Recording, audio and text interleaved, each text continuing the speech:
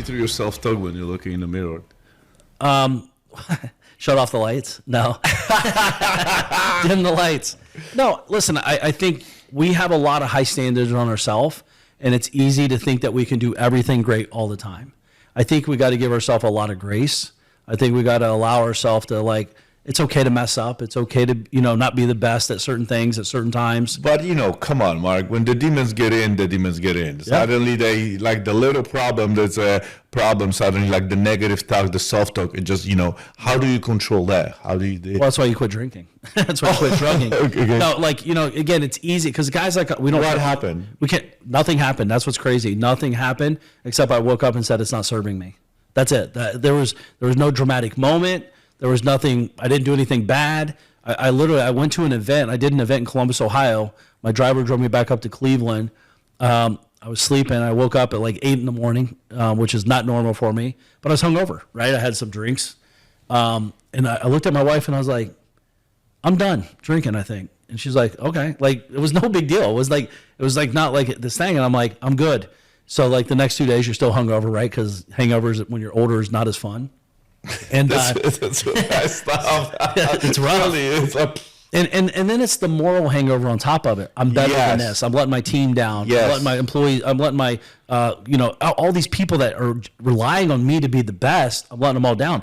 Even my mastermind guys. Like I'm leading from the front. If I show up to the mastermind and we're having ragers going on, they're going to follow me because they believe in me. That's why they're there. But like if I'm showing up and I'm like, guys, I stopped drinking. Like it changes the dynamic of the room. Like we want to be better. So that was it. It was not dramatic. Actually, so to the point, my wife was so inspired, she quit drinking. And it wasn't like a big deal. She doesn't even talk about it. She's probably mad I'm talking about it right now, but it's been almost 2 years for her. She's like, because she would be like a drinker 1 or 2 times a day at the end of the night. I was more probably once a month. But if I'm in my personality, I'm in the game to win. Because that's what we are. We go 120%. Yeah. So we know we have addictive personality, so we got to pick the good habits. Yes. Because, like, this is going to take me to the shithole, to the gutter. So I was like, I'm not doing this. Yep. Because, like, even if we do bad, like, with the drugs or alcohol, it's like I could not have a freaking one drink or 2 drinks. Yep. It's like, hey, 2 drinks, how you go? We going. Yes. Yes. And then I have the validation in my head. Well, I do everything 120%. It serves me, so this is gonna serve me too. Yep. Until it did not serve me anymore. Yeah. And it's funny. I got the biggest hangover, and and I'm like, yeah, that shit's gonna last, and that shit lasted like a week. Oh wow. And then 2 weeks, and I'm like, I'm done. Yeah. And it definitely, but. I think there's something to it, though. I think stopping drinking is becoming a way bigger thing than we think. It's like back in the day, smoking was a big deal, and then people stopped smoking, and it was like a big deal, and then it became like no one smokes, it's not a big deal. I think drinking's becoming that. You saw Rogan quit drinking, right? Joe Rogan? Yeah. I think a lot more people, dude, we want to live longer. Yeah. Like we have great lives. Exactly. I want to talk to you about the longevity, because you said that you're investing all the companies with longevity, but I also, it's when people... And I don't want to turn this process about alcohol or anything like that, but when you stop drinking, people around you, especially when you inspire people, you don't even know about it. So 100%. By you drinking, I'm getting goosebumps. You're giving permission to other people drinking, Absolutely. And they're not on your level. And I'm not thinking financially only, but physically, mentally, emotionally. You know what I mean? So they think, if he's drinking and he's got this life that I want, and so I can also drink, but no, you got all the work to do. I started drinking very late. I started drinking when I was 30 years old. Okay.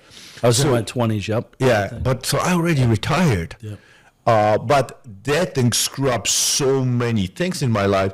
And then I'm going like, every time I don't drink, this just happens, like this happens.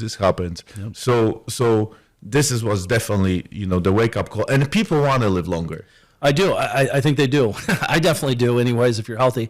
I think, guys like us, if we're leading, by the way, it's just for anybody. People are watching. Your kids are watching. Your friends are watching. You give them permission. Leading, Mark. 100, that's what I'm saying. You don't need a podcast. You don't need to have freaking millions of followers. You don't need to write the books. You truly leading, like, it doesn't matter who you are. Every single person's a leader of someone. Yes. Something. So it's like, I don't care. Like, if you stop drinking or stop doing this, you're going to make an impact in someone else's life. They're looking for someone to be strong enough to do what they can't do. Yeah. And that's what it is. Like, I have a neighbor, he's in his 70s, retired, very wealthy guy. And he came to me, he's like, man, how do I stop drinking? I want to stop. Because I hang out with him and he was like me. But he's in his 70s. I was in my 40s. So he's looking to, like, he's looking for someone to stand up and that he can relate to, and like, hey man, I see what you've done. I want to do what you do. And it's very inspiring to me, because even if I just help one person, it's worth it. Because his wife, his kids, everyone will notice it as well. Yeah, I would say that is that book. The reason I wrote that book is because this topic kept me up all the time. I was thinking about, worrying about it, thinking like, when I was a kid, it was a very different lifestyle. There were lots of, like, even just simple things like sports camps. I was a really good athlete when I was a kid, and I wanted to be involved in just sports camps in the summer, and they cost $100, and it was too much. And so I remember my cousin would go to the sports camps, and I couldn't go. And you're right, it motivated me to be hungry. How do we teach our kids who have resources and access to be hungry and to work hard? I think that's why that book is called Smart Not Spoiled. I have done a lot since my kids were little to try to force them to be self-reliant, independent, and allow them to struggle. Allow them to fall off the bike and scrape their knees. Like, when they were little, I had them go to the bank, and I stayed in the back, and there's a picture in that book of this situation. I said, go up to the front and open a bank account. Like, I'm 7 years old. I don't know what I'm doing. Go up there and figure it out. I'll stand back here. My kids would go up. They would stand in line. They had like maybe $10, $15. I said, I need to open a bank account. And they would talk to the teller, and they would figure it out. I think we need to make sure our kids are uncomfortable and growing, and we don't solve things for them. So when my kids have a situation, perfect, yeah. Not solve this. Yeah, don't solve it for them. When my kids have a situation with, like, for example, they're all athletes. So they have a situation with coaches, and maybe they have a problem where they want to get more playing time, or they want to get something better out of their sports experience. I do not talk to the coach. A lot of parents do. and in some cases, I might be helping sponsor the team. So I could definitely try to have influence and say, hey coach, like, my kid's not getting this or that. Why don't you help them out? I have never once in my entire life spoken to their coaches. And my kids have gone all the way up into Division I sports. So I say, well, what are you going to do about it? What are you going to say to the coach? And some of the kids are comfortable confronting the coach. Some of them aren't. But I say, let's role play. Let's talk about what you're going to say. And there's been some very uncomfortable conversations where they had to solve their own issues. And I believe that's one thing my wife and I have done really is help them to think and act independently, when we could really just make the problem go away and solve it. But we've resisted the temptation to make it super easy and solve the issues for them. We will teach them financial literacy. We'll give them a financial education. We'll involve them in our conversations about investing in business and things like that, just like you do with your son. And we will force them to actually take uncomfortable action at a young age, where they are learning no matter what, because it's their experience. It's not mommy and daddy doing it for them.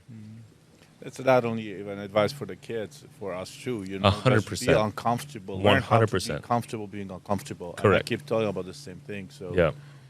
The growth comes when you're uncomfortable. And so I want to give our kids a chance to be independently uncomfortable and solve their own problems, have hard conversations as a kid, make financial mistakes as a kid.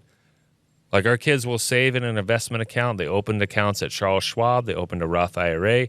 They worked. They each created a little business where they earned their own money. They put the money in, they invested it. And I said, well, I'll help you talk about investments, but you got to make the investments. Yeah. I want them to make mistakes that are $100, $500, $200, not when they are 65 and they've never been taught and they're making $100,000. I think because we don't like I keep talking about it all the time.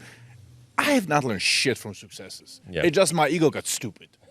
No, really. From all the failures, those are my best lessons. Yeah. And I can talk about my failures over and over and over again.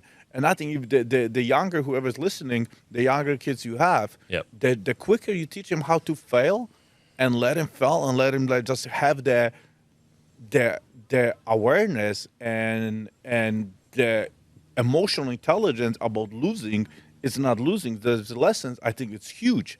So they prepare. There's like shit. Something felt like if they never felt, everything was because we want to protect our kids. Here's a great story. My son, who's in middle school, wanted to buy an electric bike really badly. I said, I don't like that idea. They're not safe. There's so many cars in Southern California. Like, I don't like the idea. You're a premier athlete. It's not a good idea to be cruising around on these e-bikes with your friends. He said, Dad, I really want to do it. And I'm going to save up the money. I'm going to earn the money. I'm going to buy it myself. It's a couple $1,000s. So he did. He bought it. He got the e-bike. March 2 months ago, he crashed the e-bike, broke his wrist in a cast, missing the most important basketball season of his life. Preparing for high school is a very big deal. Travel tournaments all over the country, and what my wife said, he walked by the garage, 3 or 4 weeks into the injury, and he kicked the electric bike on the ground. I can't believe I rode that stupid thing. I can't believe I'm sitting here watching my team practice and watching them play in front of all these college coaches, and I'm not there. We see that's the question we just talked about. Where sometimes you've been told, yes, but we're not listening. Like your son have to learn the lesson. He had to learn the lesson himself. Yeah, you know what I mean. He's never going back to that thing. Yeah, but he's gonna make other mistakes. So he will. Because we all do other mistakes. Right, but had I prevented him from doing that, he wouldn't have learned on his own. I wish he didn't get injured. I wish it never happened. But now he really thinks about protecting his health. And he's really focused on his athletic career because that's a lot of his future. And so I'll tell you, Jarek, he's in 8th grade. How is your Mark's story? Like as a child, like your parents, you came from the poor family, or how did it? Yeah. We started in the trailer park. Grew up in a trailer park, and I think at like 5 years old, we moved to.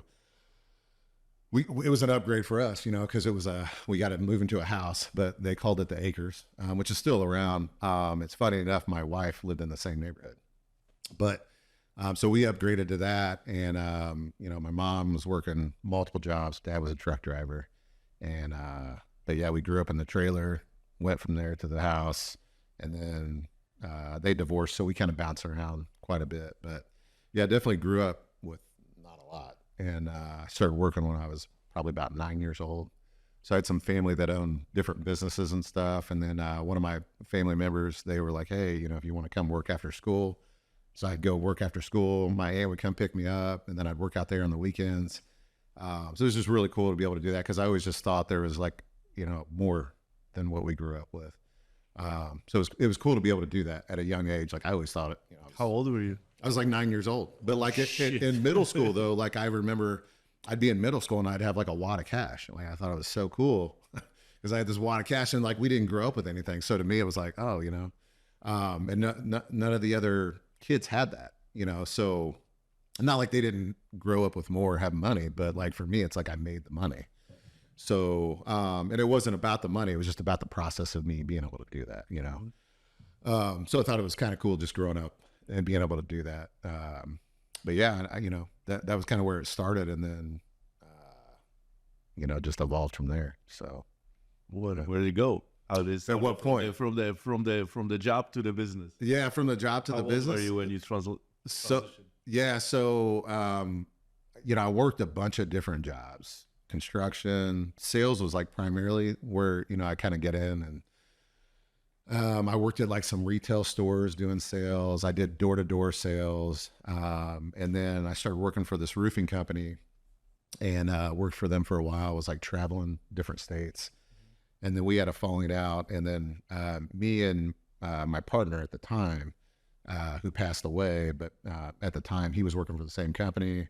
So we ended up starting our company, I think it was 2011, so I don't know how old I would have been, maybe like late 20s. And that's when we started that business. So, it went from, basically 9 years old to working construction. My family owned an apple orchard, so I would work out there. And then they had another company where they did like security equipment stuff. So I did some of that stuff, but like went from that to sales, project management and construction, different things like that. And then ultimately to starting the business, which to me was very similar to sales anyways, So, and then, from there, so, I had a partner at the time where we started that company. And then about a year into it, he ended up passing away. He drowned in a river. He was like fishing and had an accident in the river. It was like a brother to me, but, so that was kind of like one of those things where it was a sticking point. But, took some time and, tried to do what I could, and then, eventually moved on. But What do you mean by there was a sticking point, though? yeah, so, I mean, it's just one of those things that's like unexpected, So again, like, especially when you get in business, like we immediately went from sales to business, and the business was cranking. Like first year, we're like, because we were just hustling. It was nonstop. We're knocking on doors. We're building out referral system, doing all this crazy, we're just grinding, working 16 hours a day. And then all of a sudden, he's gone. So then it was all on me, you know what I mean? So, at that time I had like, money saved from, being a salesman and starting this business a little bit, but, so I kind of took some time off. I was really just doing like projects to kind of help, just support what I needed. But it said the time off because you wanted, you think you had enough, or? It was more just like, I didn't, it was just a shock, like, and then at the time that happened right when me and Sarah met, my wife. And, so I decided to just spend more time with her. But it was enough to where like allow me to not go through something crazy and like push her to the side or something like that. So for me, it was like, spending time with her, had enough money set aside to where like we were okay financially and, could support what we needed at the time. We weren't living extravagant at all. And then, so we did traveling and, just experiencing life together. So it was just a time of just kind of pausing, and realizing like how fragile life was. Right after my divorce was final, about 3.5, 4 years ago, I walk into a therapy appointment with Maxine. I tell people, if you've seen any of the Tyler Perry movies, she's a mild version of Medea. She's like this older black lady that is hilarious. You walk in and she's like, how you and Jesus doing? You and Jesus doing good this week? I'm like, Maxine, me and Jesus are doing great. And she's, you sit down with a therapist and she's like, tell me your story. And I said, okay. I said, I born in Detroit, raised in Pontiac. Parents got divorced when I was 8. My mom moved us to the Atlanta area, 2nd grade. From the time I was in my 6th grade year to my senior year of high school, I moved back and forth to my dad 6 different times. And she's got her glasses on in her nose and she's writing in her book. She's like, good Lord, honey, why'd you move so many times? I said, Maxine, I didn't have a choice. I said, anytime I got in trouble, my mother would tell me to go pack my bag. And I had 24 to 48 hours and I was on a bus, a plane, or my dad was on the way to pick me up. And outside of the day I gave my life to Christ in August of 1993, this was the biggest aha moment I've ever had. And she looked at me and she said, Ken, how do you think that's affected your relationship with the women in your life who are supposed to love and protect you? Dude, I lost it. 3 weeks before that, I was dating a girl in California and I loved very much. I flew into San Francisco. She lived in Santa Rosa. She had a restaurant. We didn't even make it across the bridge headed north. We had an argument. I made her pull the car over. I got my suitcase out and I left. And he was a 52-year-old man living out the trauma of a 12-year-old boy, except now you weren't going to tell me to leave. I was going to leave before you told me. Well, since we are in, because a lot of times we want to protect ourselves. We don't want to go through the same betrayal again. That's right. And the disappointment. So what happened is we hurt people or we just disengage. I've been there. So I can relate to it. I can relate to it. You know what I mean? And everybody's got a different story. So what happened, we don't allow it. So it's like, let me do it before I get hurt. And a lot of times I was angry with God for months, literally 2 to 3 months. Because I'm like, God, I pastored for 13 years. I've been to therapy. I've been through all that. I had no idea that trauma was even in my life until she explained it to me.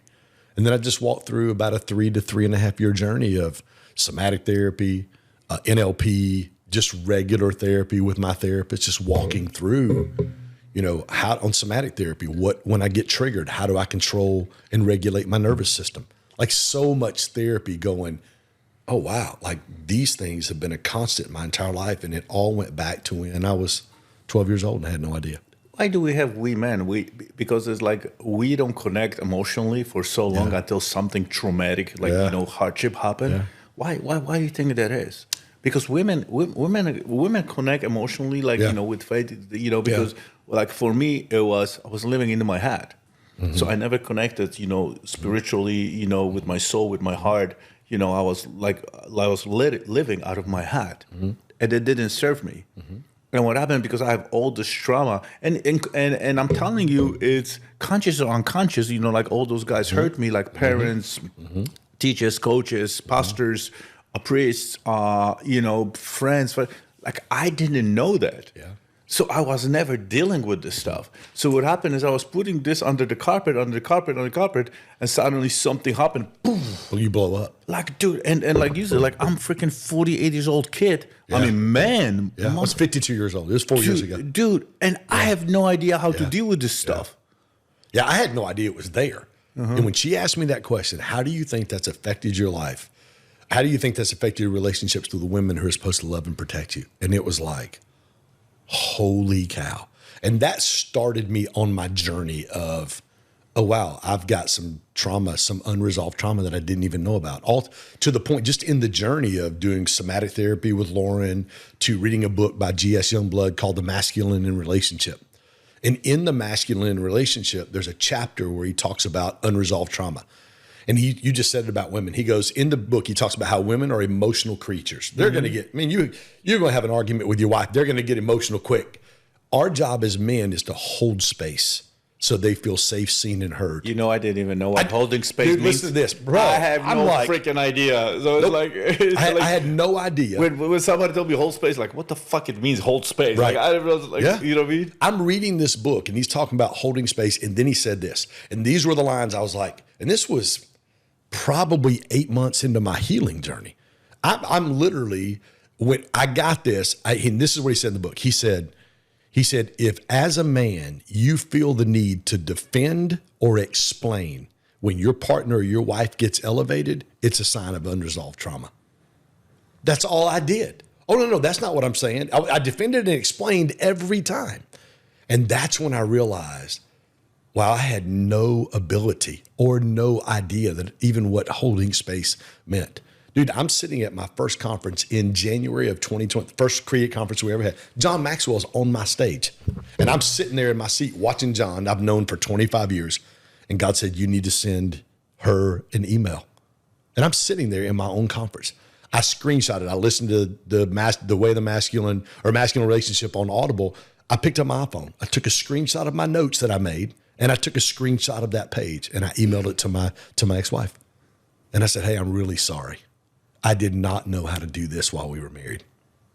And it was part of the healing journey for me of acknowledging, man, I had no idea this was something that was even possible for me to be able to do, to hold space and not feel the need to defend or excuse why she was getting elevated or angry with me. And at 12 years old, I broke my arm pitching a baseball, and it snapped in half. The ball went towards third base. I passed out. It was about a 2-year recovery process. They had to let the bone heal, and then I had surgery. Basically, that whole time, they put me on Percocets. That was my first introduction to opiates at the age of 12. So I liked it, I liked it a lot, and I took more than I was supposed to take. And that kind of started me off on my journey of getting fat and doing drugs. Okay. Because I wasn't able to play sports. At 14, that 12 to 14-year-old gap, right? Everybody got a lot better at sports. And I was the star athlete up until my injury. I was on a junior U.S. Olympic diving team. I was a baseball player. I was a hockey player. There really wasn't a sport that I didn't play. Basketball, soccer, I did it all. Mm-hmm. But then I got injured, and then I got that victim mentality that we talk about from 12 to 25 years old. I was stuck in that victim mentality, the drugs, the alcohol, all the addiction. Okay. How does because I know that, the smoking, because then you quit the drugs. Well, no, the drugs was the last thing, because you were like quitting in orders. Yeah. So I did opiates, right? I was introduced to them at a young age, but I got into the Oxycontin at the age of 17 till about 19. Then everybody switched to heroin. I watched all my friends start dying, and I decided to get clean and go on Suboxone and get off of opiates. You know, again, that's God, not me, right? My mind told me if I do heroin, which I did a couple times, but I started watching everyone die. So I said, I can't, I'm not a heroin addict, right? Because to me, growing up, you know, on Long Island, crack and heroin was like from the hood, right? But all the rich kids did cocaine and pain pills, right? So to me, that was like a low for me. I was like, okay, I'm doing what the homeless people on the street are doing, right? And that's how I saw it. So that was kind of a wake-up call where I got off of the opiates. But then I continued to do Xanax, cocaine, drink alcohol, and smoke a shit ton of weed until I was 25. Yeah. So what happened at age of 25 then? 25, I became what they call drug psychosis, and I went through my deep depression where I couldn't get off the couch. I had friends sleeping with me, and I wanted to take my own life. And that's when the real wake-up call happened. Okay. Yeah. So that's when I stopped drinking heavy and started my personal development journey at 25. Where did you start it from? Like, do you have any like a coach, somebody that inspire you? How did it? No, I literally had a gun in my mouth, and I decided not to pull the trigger right in front of my dad's face. And then it was a God moment, right? Because I blacked out. I don't really remember. I do remember putting the gun there, but I don't remember like 15 minutes of time lapse. And then that was like my first God moment that I realized this is where we make the change. Okay. Yeah. And did you do it like, because a lot of people, like for me, I have my wake up call at the age of 48. Right. You know what I mean? But it was in bed. I wasn't a gun. I was in bed. Right. Like I couldn't get out. How did you? Because a lot of people listening, like the depression bullshit, you know, blah blah blah. And you know, I talk a lot about mental health. You know that. And how do we? How the journey, like from there, like, because everybody thinks it's just like this was the wake up call, but the journey is still less now. I mean, we talk about it, we have a deep conversation all the time about it. So it didn't stop. No, so the first step was I was 360 pounds. I couldn't even tie my own shoes without losing my breath, right? So the first thing that I had to do was lose weight. I knew that. But in order to lose weight, I had to stop drinking every night and drinking, 20 beers and 18 shots every night, right? Like that had to stop. So that was the first step. How hard was quit drinking? Really wasn't that hard. I just stopped. I was ready. Right? You can't force somebody to stop doing it, but when they're ready, they're ready. Whoever is listening right now, you guys, like, if you guys see successful person, you see an addict. And it doesn't matter. What happened is, like me, Jesse, there's a lot of us that we just kind of like knowing that you have an addiction problem. Like I was an addict, in the work. Yeah. So, because I started alcohol late, but I went from one extreme to another. Like, we do everything 120.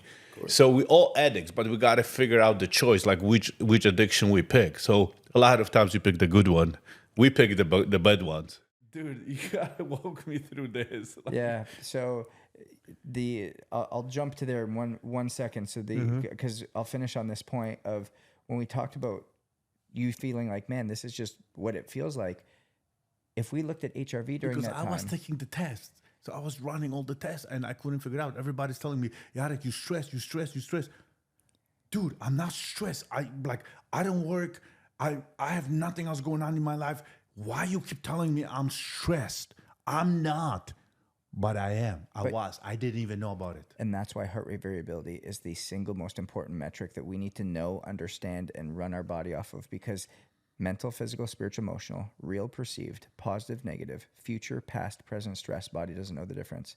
And thus, what is going on behind the scenes? I'm not talking stress of like pulling your hair out trying to get your kids to school. I'm not talking about trying to make your P&L work. I'm talking about the cost of doing business every single day, waking up, because your body has to start to make your body function.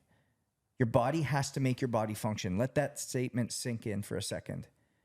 Your body has to move nutrients through the body. Your body has to move oxygen through the body. Your body has to detoxify. There is a cost to doing business in your body. And it's things that we take for granted. Heart rate variability is that language that your body's communicating, whether it is working well and thriving through the habits and behaviors and rhythms you have, or it's feeling unsafe and it's in chaos and thus slowly decaying. And so these are the things that we have to know. HRV is the number one metric that we have to understand. The second one, which we'll come into here, is cellular deficiencies. And this is where we get into the blood testing we talked about. And so everybody knows that, oh, I need to get my blood testing done. I need to look. I need to look at these numbers. And when you see this, there's so much noise in the space now. I don't know what test I should do. Should I do the function test? Should I do the 10x health test? Should I do the inside tracker test? Is there a different one? Should I go through my functional doc? Should I go through just my normal doc? What are the testings? What are they different? Should I just look at hormones and go for the peptides? Like, what does this mean? Should I just go on TRT and this is what I should do? The core component, there's a triangle. At the tip of the spear, the top of the pyramid, are all hormones: progesterone, testosterone, estrogen, cortisol, melatonin. When you think about those, we have to understand that all of these hormones do something in the body. They don't create anything. If you need better sleep, you're not deficient in melatonin. If you need more energy, you're not deficient in testosterone. Your body creates it.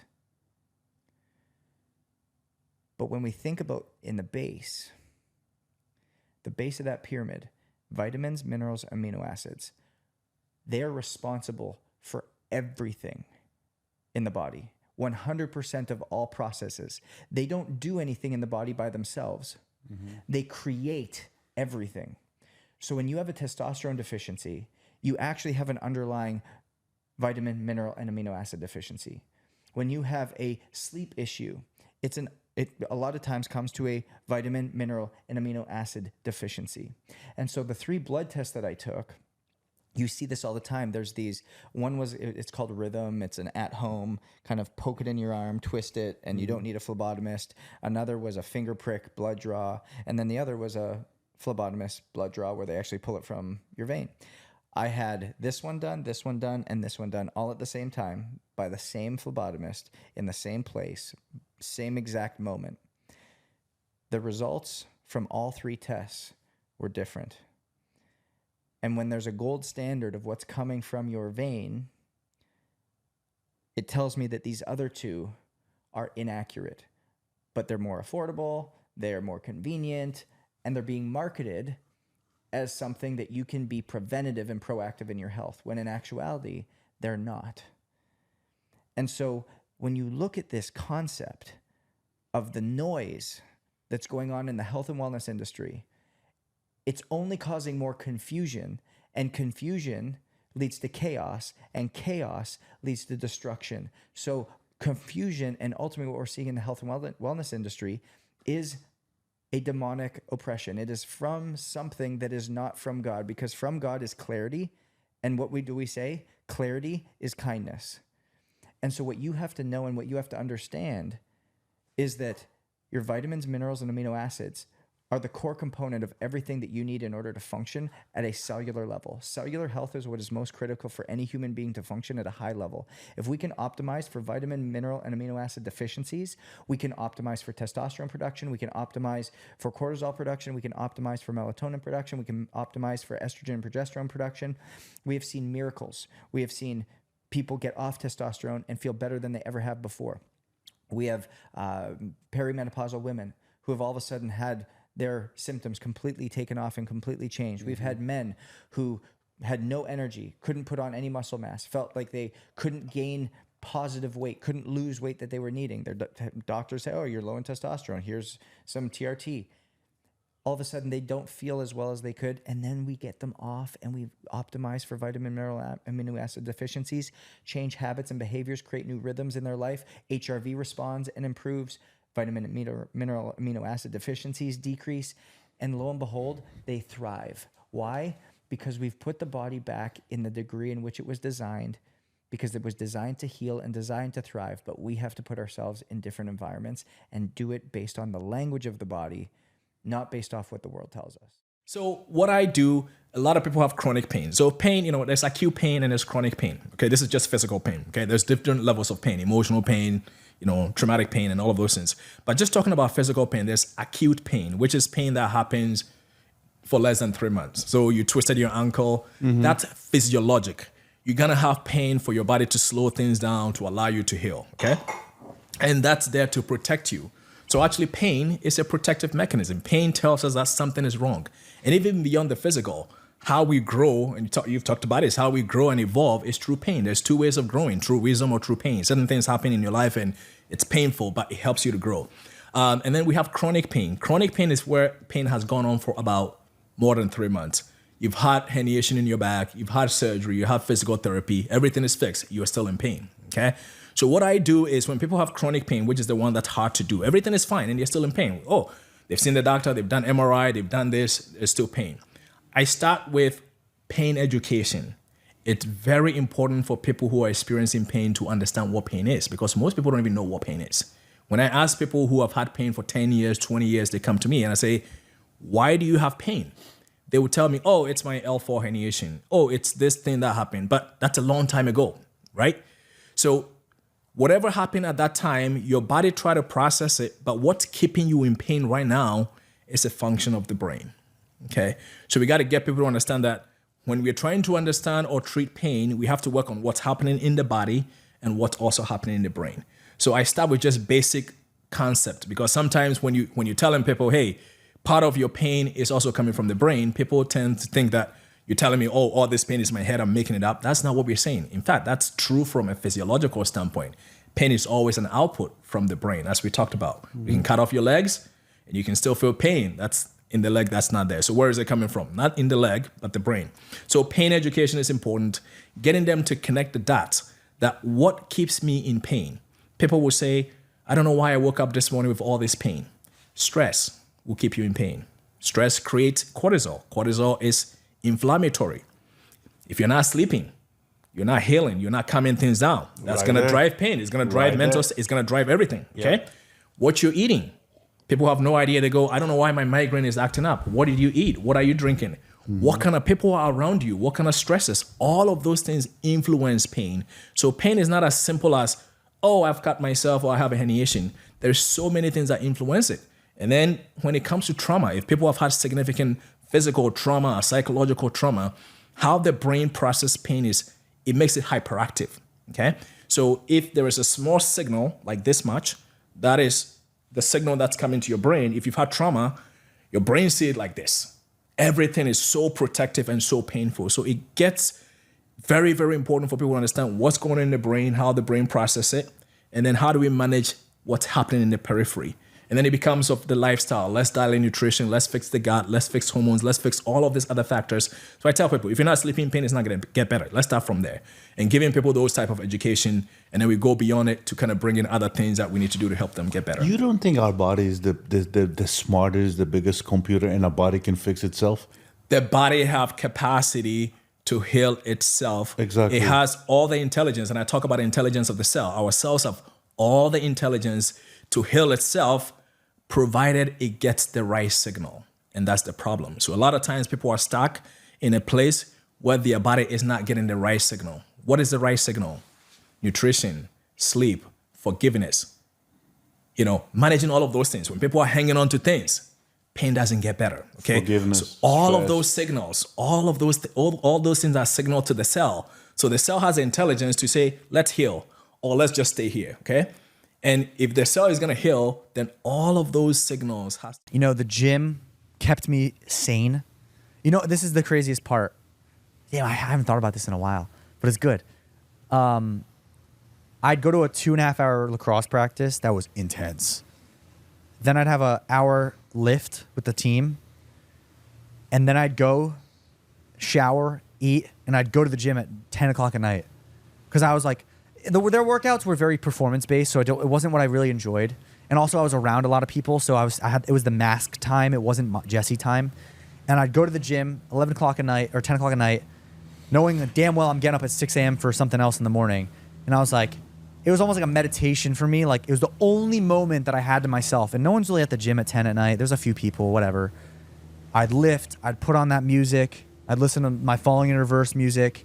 And there was like a Falling in Reverse, Billie Eilish. And I think those were like on rotate, which is like, one's like an emo rock band. The other one's like a really like kind of slow, sad music. And I would always have music on to kind of like numb myself, I feel like. Mm-hmm. It kind of like distracted me from the feeling. Go to the gym, numb out for a little bit, go to bed. And every day I would do that. And I was so overtrained. But instead of using the word truth, we use a more useful word, which is what are the facts? When I observe my world, what are the facts that I see from my fruit? What's the facts in my body? Well, this I'm drinking, this is what I'm eating, this is what my body looks. Okay, what are the facts on my marriage? What are the facts in my relationship with God? What are the facts on my money? So we separated, we started teaching guys how to separate facts from feelings. I'm gonna put my facts over here, and then I'm gonna look at those facts and say, okay, well, how do I feel about those facts? Versus a jumbled cocktail of insanity of all my fucking feelings wrapped up with all my facts, and I can't tell the difference between what's true and what's false and what's a fact and what's my fiction. Separate. So we're trying to separate the feelings. Feelings are over here, facts are over here. That's a feeling. Don't talk to me about it. Facts. Let's measure it down like we're looking at a P&L. Your story doesn't matter. The numbers tell the truth. So stop telling me the story. Don't give a shit about the story. Tell me the numbers. Oh, we're at a loss. That number means we're losing. Okay, well, yeah, but no. Okay, now you can tell me how you feel about that number. How you feel about that number? Oh, I fucking hate it. Okay, good. Now let's look at your focus. What's been your focus that's led to those facts? What have you been telling yourself? What are the stories that you tell yourself that govern your behaviors? So we separate the facts from your feelings, from your focus. 3 separate categories, and your fruit sitting right in the middle. What are the facts about your fruit? What are the feelings about your fruit? What's been your focus that produced that fruit? Once a guy's owned truth, God steps in. Like an altar. I have to put the facts. There's a frequency and an energy with certain people. Yes. She walked in and I felt something, man. It was like, what? This is like just different. And she goes, are you okay? What's going on? I never met her before. It was like tractor beams. And I told her, for the first time in my life, fully accountable at everything going on. Just had an overdose 8 months earlier. And she said to me, do you realize you're an addict and your life's unmanageable? And I said, yeah. And she goes, do you realize that you're powerless? And I said, yes. And she goes, most importantly, do you realize this doesn't mean anything? Because you don't mean anything. And it's pictures of me and Muhammad Ali and Larry Bird and Magic Johnson and Hulk Hogan and Ric Flair and Charlie Sheen and Chevy Chase and Pamela Anderson and Carmen Electra, all the biggest, icons that were clients and friends of mine. And that broke my soul. And I started to cry because what she said was right. It didn't mean anything. Like Salitas, we have the angel that is like sent by God. And it can be even the own parents, like aunts, like for you it's somebody. But whoever's listening I'm getting goosebumps.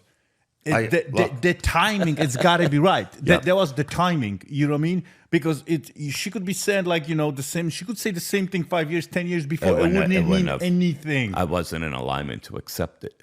And now I had the gift of desperation because she said to me, are you willing to do anything it takes? Because I could help you.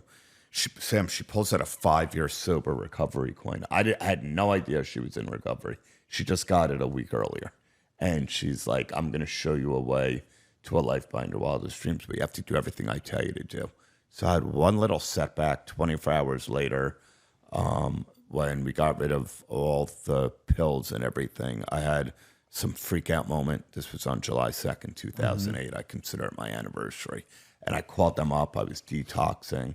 They were back in Miami at this point. I called my uncle and Herb. I said, I can't do this. I'm calling the freaking doctor to get what I really need to get. Because what I didn't realize was God needed to come into my life now. And that's when it happened, because they were screaming at the other end of the phone. And they said, this is a disease. It's time you get to a 12-step meeting. It's time you put your hand up, put your damn ego aside and tell these people you're sick and suffering. And I said, I've been to those stupid meetings in my early 20s. I don't understand anything about it. Boom, hung up the phone and went into the bathroom, locked the door. And I went through all the medicine cabinets, looked for a non-narcotic anxiety pill that she was allowing me to take during the detox phase. And out came 2 Vicodins out of one of the bottles, which was one of the 3 opiates I was addicted to, which was bizarre because I was married at the time. Me and the then wife cleaned out all the opiates, knowing why leave anything in the house I'd be tempted to take. Yeah. So it seemed like for a split second that was the gift. Oh, just what I need. But then the miracle happened because I fell on my knees for the first time in my life. And I screamed out to God, take the money, take the business, take the notoriety.